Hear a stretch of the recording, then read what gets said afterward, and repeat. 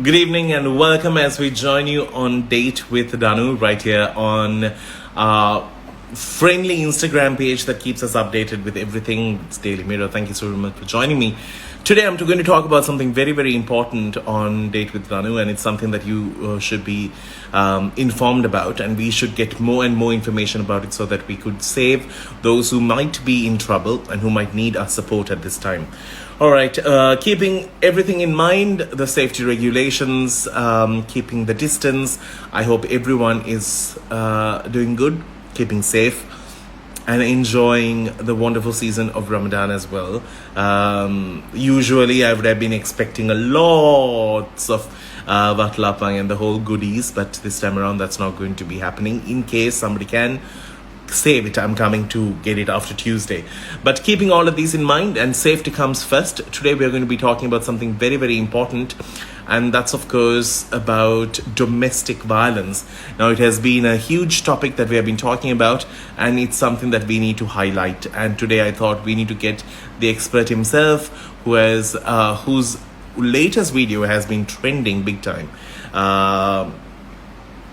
So let's speak to him in a bit. Would like to thank those who are joining us on the show, our sponsors, our friends from Quantum. Thank you so very much for joining us. Our friends who have joined us from British Cosmetics, Vikramarachi Opticians, not forgetting Jonathan Studios, and our friends who have joined us from British Cosmetics and Movenpick Hotel.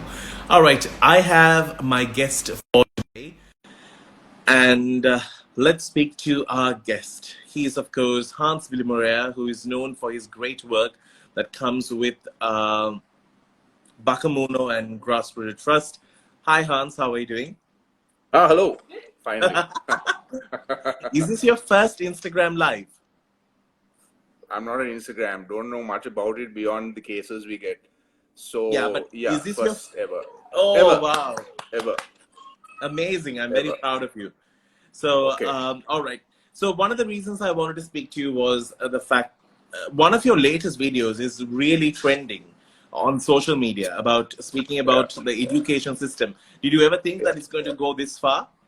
I didn't even know it was being videoed, to tell you frankly. I knew that might be the I answer. knew someone must be videoing it, but I didn't know it was going to be put up on social media. No, I had no idea.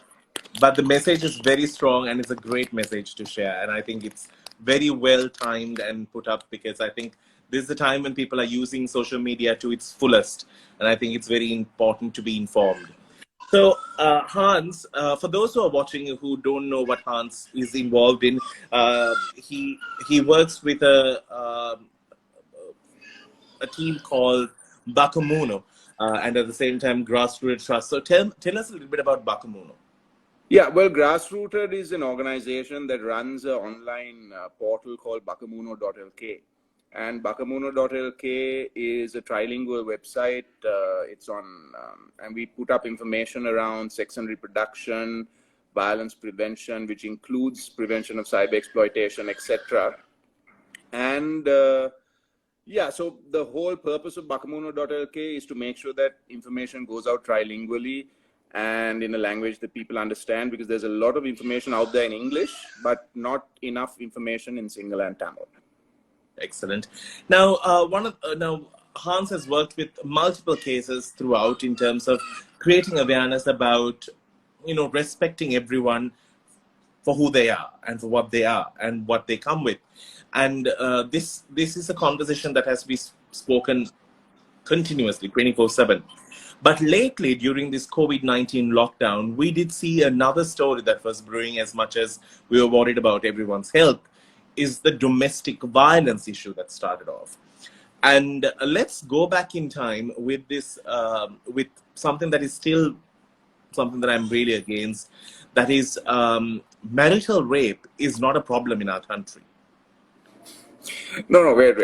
Let's back it up, Danu. First of all, domestic violence didn't pop up during COVID-19. No, it was highlighted as well during this time. Yeah, there's been a spike.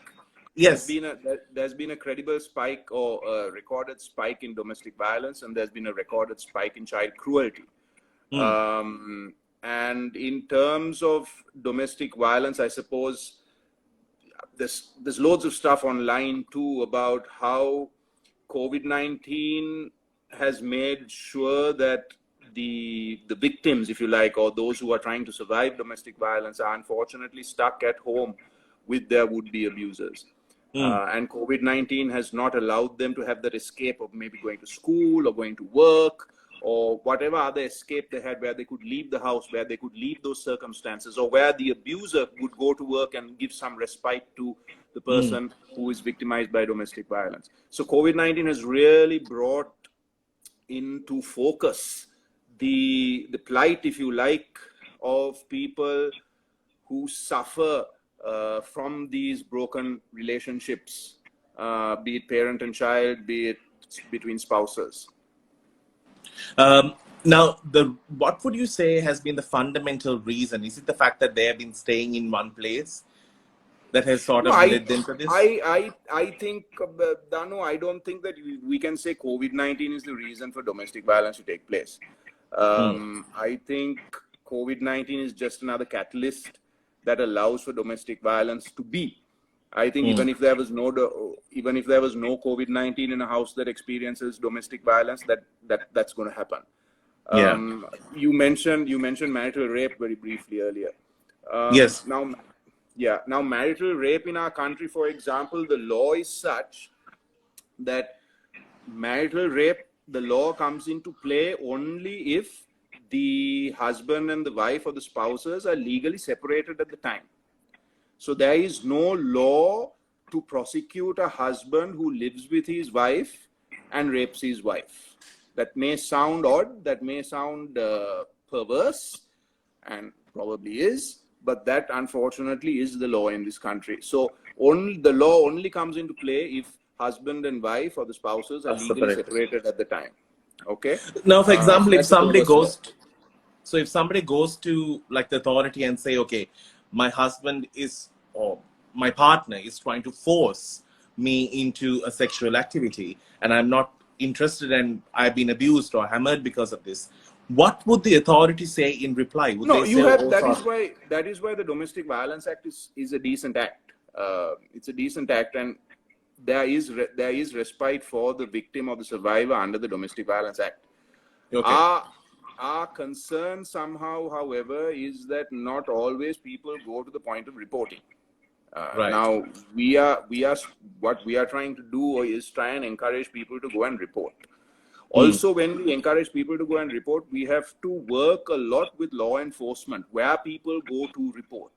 Now, for example, the women and children's desks, which are found across the country in most police stations, they are often on the front lines of this. So when victims come, they go there and they make their report there. And I have to say that most of the rank and file of the Sri Lanka police who man these women and children's desks are great. I work with a lot of them and they're fabulous. But there are some people who operate those desks who are rather patriarchal, if you like, in their outlook. And as a result, often re-victimize or blame the victim when that victims come forward. So the victim is often put under pressure as, what did you do to deserve this abuse? And that is an area that we really need to work hard with. We need to work hard with Sri Lanka police, and we generally need to work hard in terms of our polity with that, because this victim blaming, this slut shaming, this illang kanawa sanskruti, or this asking for it culture that we have in this country. If a woman is raped, or if she is abused, or if a girl goes through some traumatic experience, often the questions are, what did she do to deserve it? And that is something what did she do to get to this place? What did she do to get to this place? And that is something that we really need to unpack and help people understand. And maybe try and move away from this Illankana Sanskruti or this asking for it culture that seems all pervasive in our country. Now, this one of the, the news also started reporting the whole set of domestic violence increase during these times. What are the measures that someone can take to sort of prevent themselves or even help their neighborhood if there is some case like this?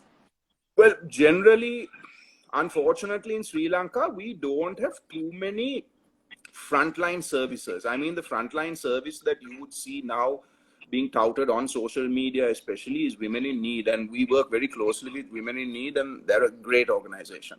And I actually sent you a updated hotline number today. I'd like to get it. It's, I'll say it here also. It's 077 5676 555. 077 5676 555. This is the updated Women in Need hotline. Now, Women in Need also have officers across the country in about 5 or 6 different districts. So they're really positioned to help and to support victims and survivors of violence in real time. Unfortunately, we don't really have as robust a government mechanism to support victims and survivors of violence. And a lot of the onus is on organizations like Women in Need. So that needs to change. We really need more sort of robust mechanisms in place, especially government mechanisms, shelter for these women, because sometimes women in these situations, or men in these situations, we keep saying women, but even men are victims of domestic abuse. So we have anybody, someone who is trans, anybody who is a victim of domestic abuse, or who is surviving this process of domestic abuse, that person, if that person needs shelter, that person needs somewhere to go. And we really don't have a system in place, or as it should be. And we fall back on organizations like Women in Need, who are doing their best, really, in very difficult circumstances.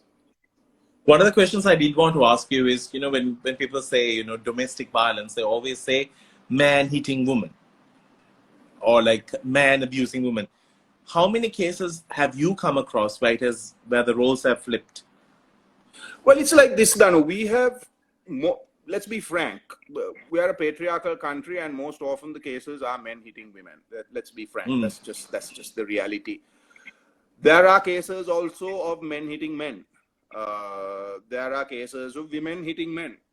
There are cases of if you're taking sort of same-sex relationships, or people who are in relationships with trans people. So for us, I mean, for me, it's not so much about man and woman so much. It's about the human being and the human experience and how we treat each other.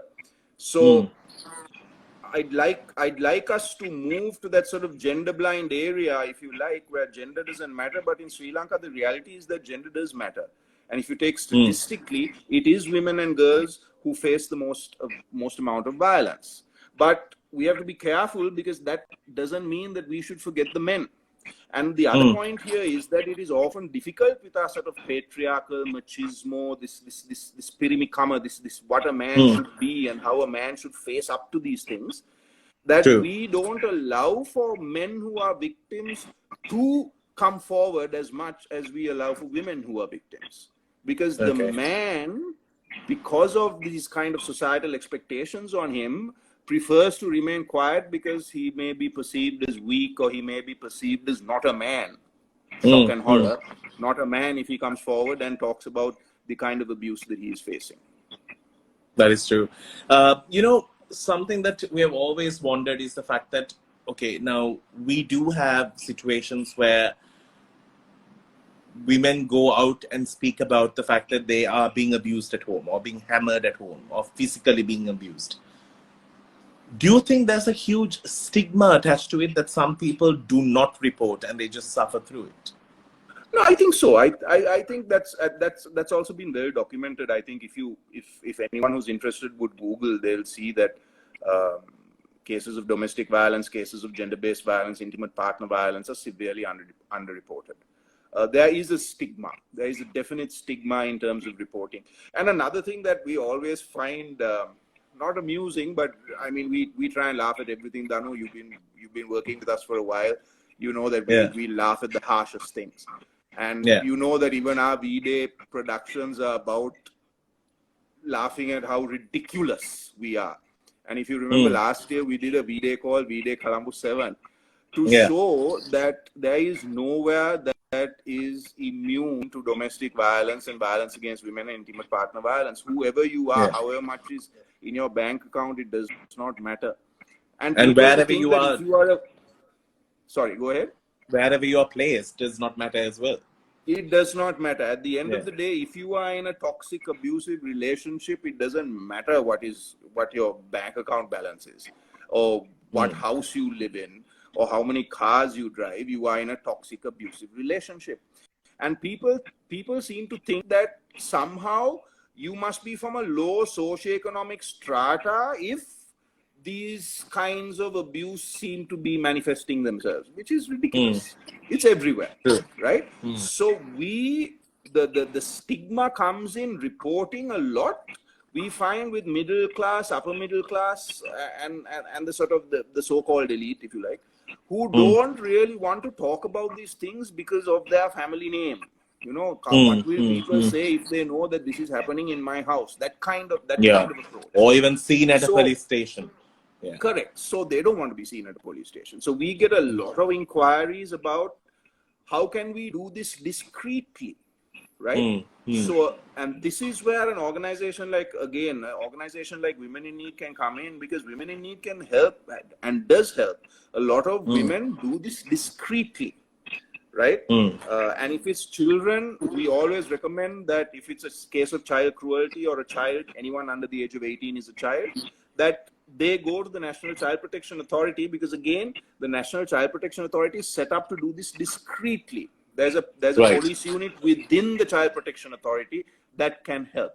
So these are things that people need to know, that there are organizations, government and non-state actors also, who are there to help.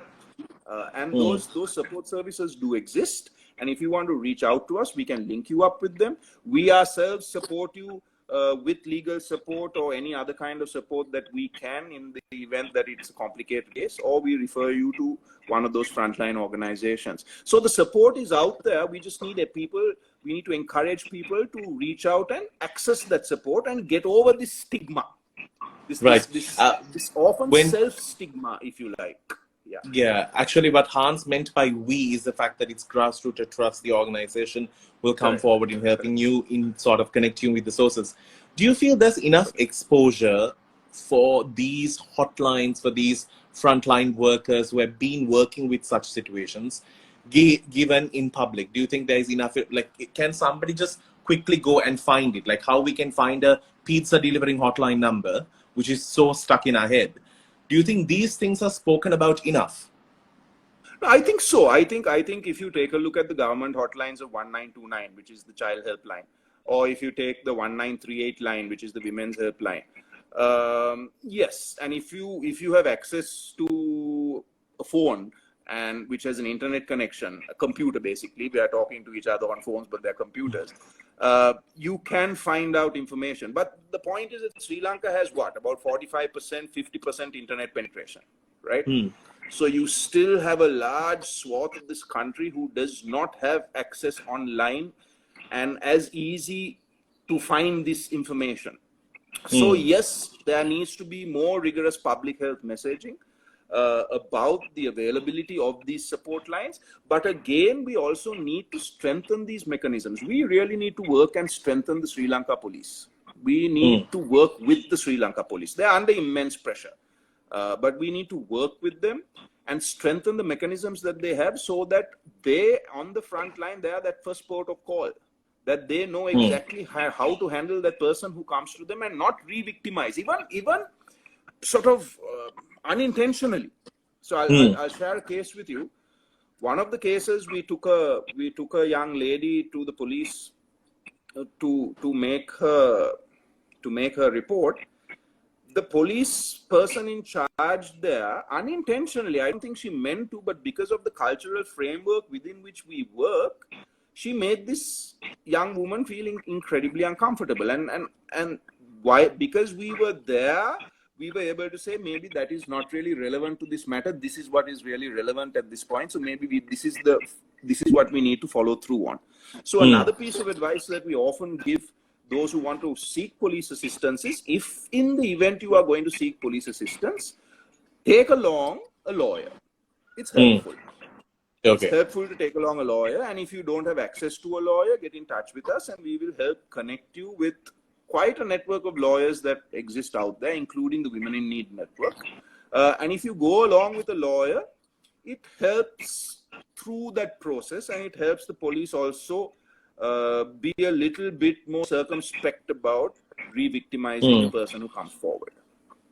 Yeah, maybe But understanding not how. everybody, Yeah. but everybody, Danu, unfortunately, not everybody is going to have access to a lawyer or be able to do that, right? Yeah, That is true. the harsh reality. Okay. All right. So this is our first section of this interview. We normally take a break on Instagram. You have to redo the whole thing of you joining me again because the connection is stronger when we sort of take a break and continue. So we will come back in 2 minutes. Would you be okay to join me in 2 minutes? Yeah, I'm going to do my best. Yeah, okay. Let me just call you to refresh your memory there.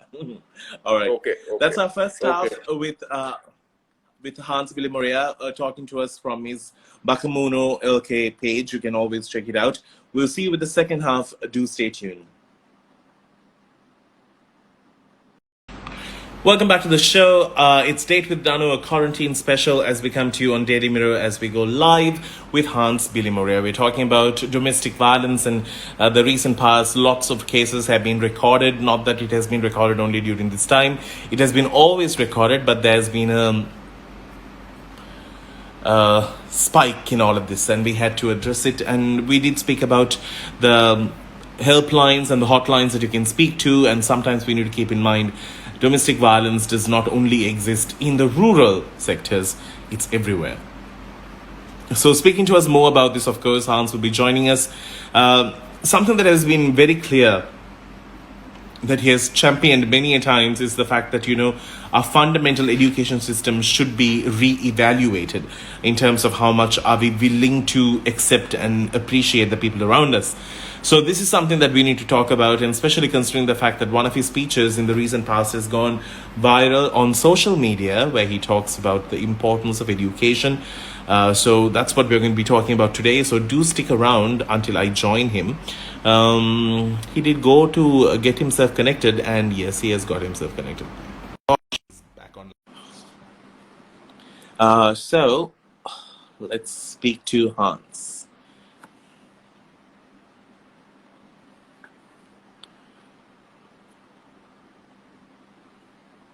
Ta-da.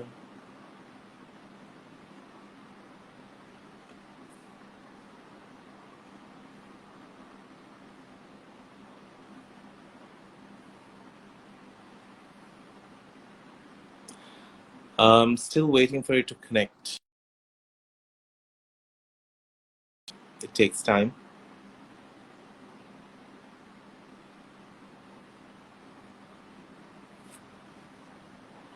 Weather plays a huge part on Instagram. I've always thought of it.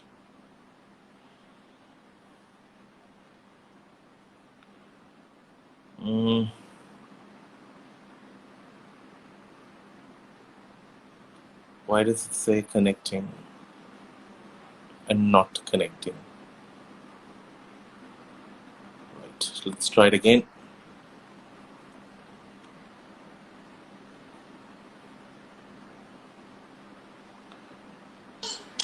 Yes. Okay, we're There back. you go. Yeah, you're back. Okay. Well done. All right, these Okay. are challenging times, getting through to people on Instagram. It's a painful thing. Yeah. All right, Luddite, absolute Luddite. so now lots of people did send us messages asking you to summarize your speech that was going socially viral. Danu, I mean, like I said, I had no idea. Yeah, but That it's going to end up on YouTube. But it spoke about education system and how we should sort of. No, basically, what I said was that we need a sort of values-based education system where we need to focus on our children's self-esteem. We need to focus on things like respect. But when we talk about respect, we mean respect for self first, because a lot of the times when I work with young people, they can't really define for me what respect means. So respect is often, there's often an externalization of respect. Respect is for parents and teachers and priests and flags and country, but it's never for self. And unless we teach children to respect self, and I use the word value interchangeably. So to value yourself, that means that that person can value another person, value another person's experience, value another person's religion, value another person's journey. Until we teach a person that, I think we are basically pissing in the wind, pardon my French, because because what are we doing? Respect has to be talking about valuing each other. And then we need things like consent. We need to talk about consent, teach people what consent means, teach people what trust means. Because while we must encourage people to respect freely, we have to teach people to not trust freely, because trust is something that, again, needs to be given after that relationship reaches that point of value. So these are the things that we talk about. And even the concept of empathy, a lot of people call me up and said, what is Sahakampanya? Now, if you go and read the Madhura dictionary, you will find out that Sahakampanya is a word that is used for empathy. And empathy is something that we are, unfortunately, appear to be very short of in this country. So this is the kind of stuff that I feel, or we feel as grassrooted, should be in education. And we also feel that this needs to start really early. So we really need a strong early childhood education approach. Unfortunately, now I work with teachers, unfortunately, we don't value enough preschool and primary school teachers. I think preschool and primary school teachers, in my opinion, should be paid far more than university teachers. Because they put the fundamental. That's the fundamentals, Danu. Yeah. That is where you are forged there. That is where you are made. So for me, I would pay as much as possible to preschool and primary school teachers to make sure that we get quality teachers there. Because if you take a look at all kind of personality development models, those early years are absolutely crucial, right? And what do we pay our teachers? We pay them a pittance. We pay them like 15, 20, 25,000, 30,000. Drivers who drive kids to schools get more than what the teachers do teaching those children, right? And in these so-called good schools. So we really need to invest in our teachers, I feel, and especially in early childhood education. Now, because lots of things have been coming down in history, we have always sat and learnt about the Parakrama Bahus and how the invasion happened and how this is what history is for us. And we have been asked to always memorize and just vomit it onto the papers. And this system has been for some time. You all have worked with so many kids throughout. And what do you think should be the first thing that should be incorporated into the education system that could change at least 20 years from today, how a child will think? What I just said. We need to take a close look at what are the values we really want to teach children. And I mean really take a close look, and I mean go beyond paying lip service to it. Because the respect that we talk about often is a power dynamic. It's a power relationship. We only respect the person who has more power than us. That is what we are teaching our children. We teach our children to listen and to respect those with more power. That is also, unfortunately, a catalyst for abuse, right? That is also a catalyst for abuse, because we teach children that people with more power are the ones who need to be listened to and respect. That is not what we need to teach our children. So, whether they are right or wrong. Again, I come back to self-esteem. I think, how do we build our children's self-esteem? How do we make sure that our children are confident, not arrogant, confident? How do we make sure that our children have open lines of communication with parents at home, so that they are in a position to come home and say, Mom, Dad, this happened to me at school. Mom, Dad, this person touched me in this way. Now, for example, there are wonderful child protection approaches that are carried out by the National Child Protection Authority. The science is there, Danu. Unfortunately, the NCPA is short-staffed. They are not in a position to go to every single school across the country, which means that these child protection approaches should be incorporated into curricula, into syllabus, right? So if syllabi does not hold or does not contain child protection approaches, what are we doing? Why are we saying the National Child Protection Authority should go and teach these things in school where they are completely short-staffed, completely under-resourced, when we have teachers who walk into these schools every day and teach so-called subjects? Why can't it be part of your sort of The environmental studies approach? Why can't it be part of your preschool approach? Good touch, bad touch, uncomfortable touch, no go, tell, say no, go away, tell someone you trust, have conversations around who that person is that you should trust. All those are well established. Now, one of the things I said in that speech that day with the Human Rights Commission is that there have been projects in the past that have very successfully been implemented in terms of child protection. And the Canadian Red Cross project with the National Child Protection Authority, with the Ministry of Education, with a sort of partnership of local, national, non-governmental organizations like Sarvodaya, those were very successfully implemented for the project period. And then when the project ended, the program that's ended, it. which in my eyes is criminal, right? Those projects need to be nationalized. Those programs need to be part of a school curricula.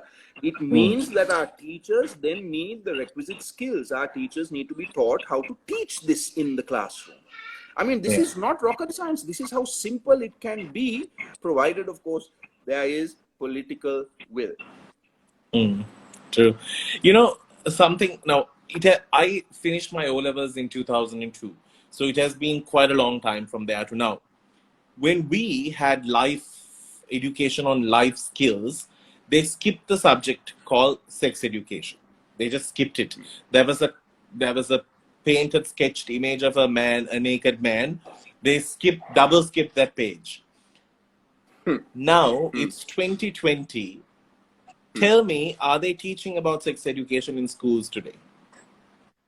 Unfortunately, Danu, it's patchy. The curricula is pretty good. So if you take the health and physical education curricula, it's a pretty good curricula. Up to grade 9, it is a compulsory subject in national schools. And the curriculum is good. It contains a lot of information. It's a lot of up-to-date information. But unfortunately, teachers take a call on whether to teach it or not.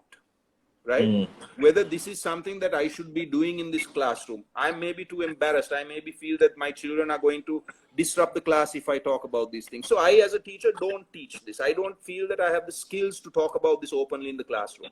So I say things like, let's do this lesson next week, and next week never comes. I say things like, because now it's health and physical education. So when that lesson comes, let's go and play a game of basketball or game of volleyball or pittaniyata gihila api march past ekak karamu. You understand? So those lessons never get taught.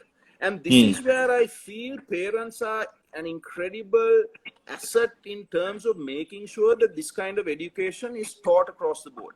Because imagine a mother who is so particular about a math syllabus being completed, or a science syllabus being completed, or a Sinhala syllabus being completed. If a teacher decided, I'm not going to teach geography today, or I'm not going to teach about this part of geography, or I'm not going to teach algebra, or I'm not going to teach geometry because I think my students don't need to know, that teacher is not in a position to make that call, right? Yeah. There is a teacher guide set out by the National Institute of Education, a teacher guide which you must follow.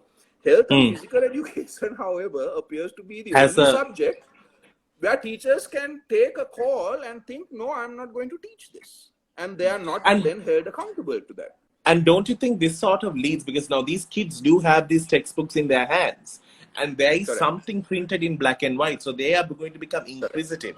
And that's when Google search takes over. See, I actually think Google search takes over long before the textbook. Yeah. Right? Now, if you take a look at internet penetration, about 60% of internet penetration at the moment happens on a smart mobile phone, right? Okay. Now, so you don't need a computer anymore. The computer is a handheld computer. What is the cost of a smart mobile phone? What is the cost of the cheapest smart mobile phone? Then you give the second-hand rate. What is the second-hand rate for that smart mobile phone? So if a new phone is 15,000, what is the second-hand rate for that? If a new phone is 10,000, what is the second-hand rate for that? That is your entry point to having a computer and having access to all this information online. Now, we work a lot in terms of pornography and the fallout from home-based pornography, but also trying to help children understand that pornography is not sex. Now, 2011, 2012, 2013, 2014, Sri Lanka led the world Googling sex.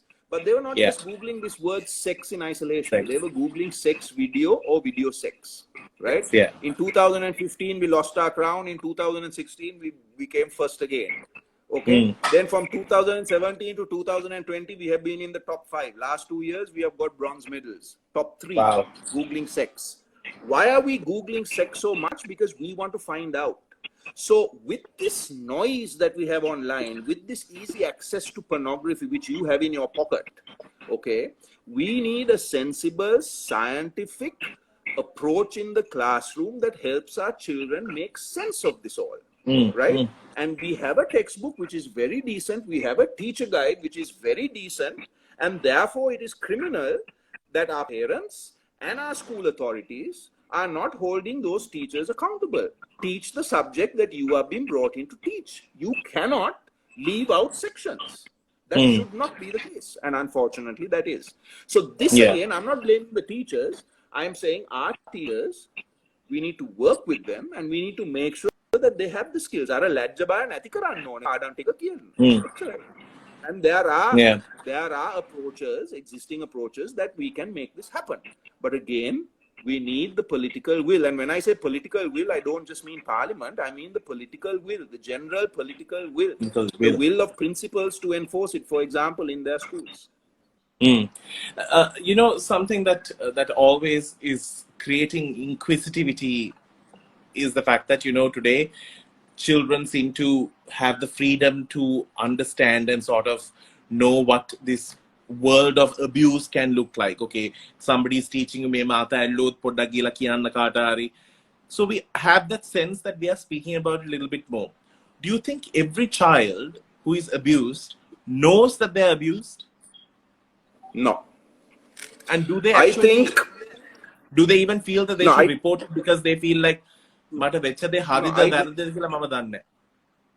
disagree with you, Danu, because I feel that we have couched so much of our body in shame.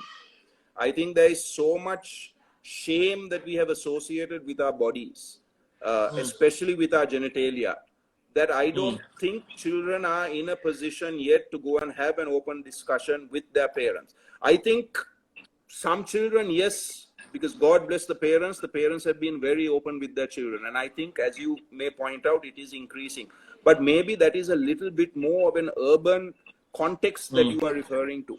If you are looking at a more provincial context or a rural context, the language of shame or the shame that is associated with genitalia or with sexuality is still, unfortunately, quite apparent. So we need to really work. And what I'm talking about here is also generational change, Danu. This change that we're talking about is not going to happen in one generation with parents. We need to work with children so that when children grow up and they become parents, they'll be a little better. And then the next generation will be a little better.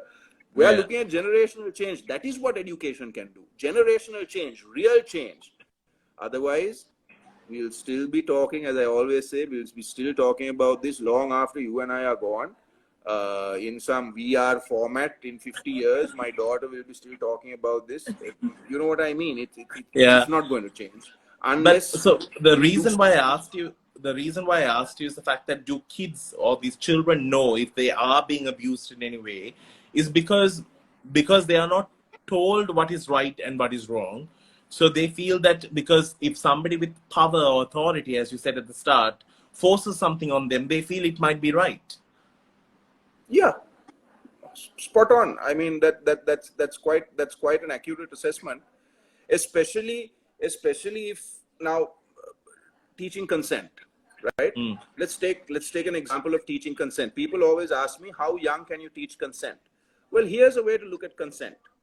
Do we force our little children to go and sit on the laps of uncles and aunties and kiss uncles and aunties when they don't want to, right?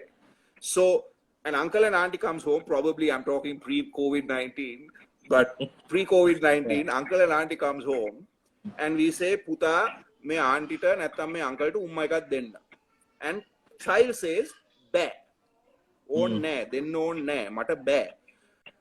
How often do we force the children? Ne, uncle and auntie to ummai ka denna. Uncle and auntie ke udukwe inda ganna. So we are breaking consent, right? We Yeah. are violating their consent. We are teaching them, no, I say more power. Yeah, true. So that is where we are. And that I feel is, now COVID-19 has changed it, so that will.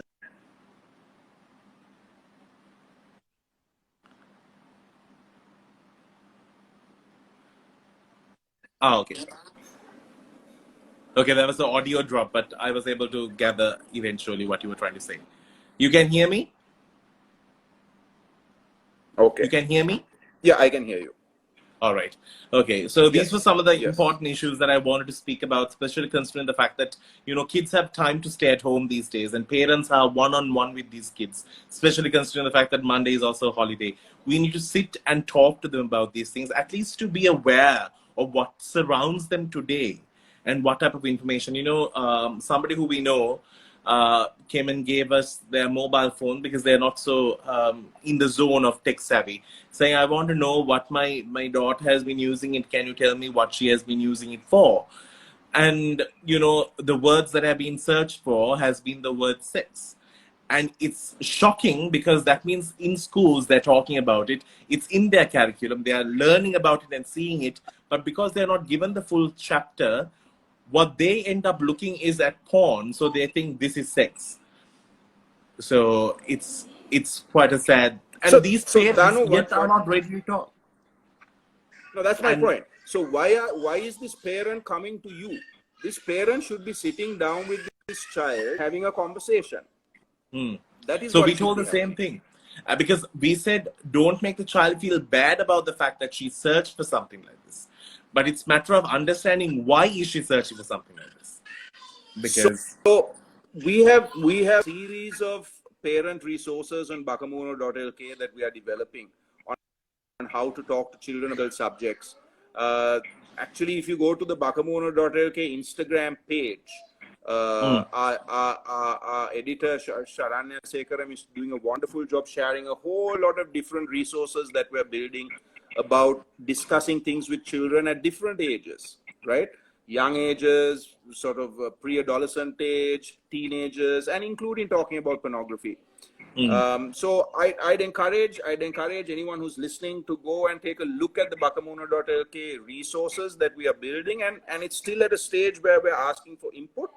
We're saying, tell us, is this approach, do you think this approach is culturally appropriate? Do you think that this is going to work in Sri Lanka?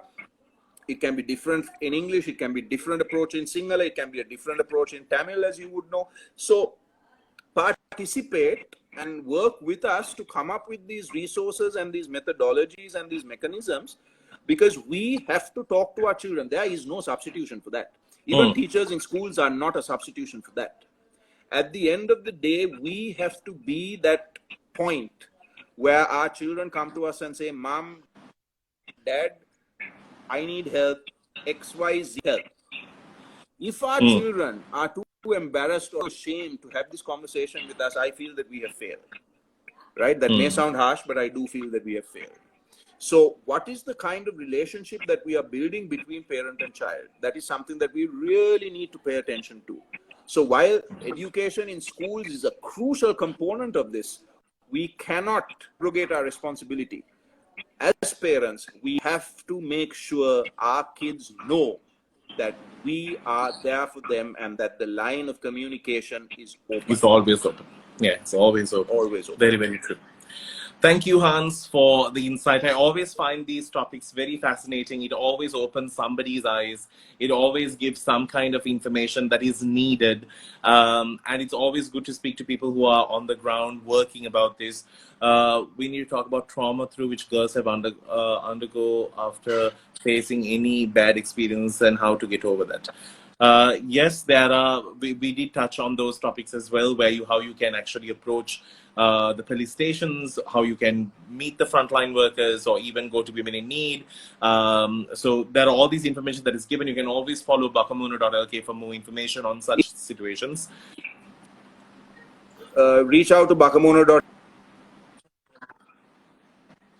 and we will help you navigate the stuff that is out there. We'll help you find a solution for you, and we'll help you get legal support if you need it. We'll help. And you can reach out to us, Sinhaleng, Demaleng, increasing, it doesn't matter. Brilliant. Thank you so very much, Hans. I know you have to go back to Cheers, babysitting, Danu. so I'm going to let you Yeah, do you heard that. it in the And background. Yeah. yes, Yeah. well done on your first Instagram live. So proud of you. Thank you, Danu. Yeah. Superb. No problem. Thank you so very Take it much, easy. Hans. All right. We'll see you soon. Bye-bye. Bye. Bye-bye. Hopefully this was a conversation that that might have opened a few of our thoughts and minds to something new. Let's keep these conversations open. It's very, very important for us to know that, these topics are spoken about.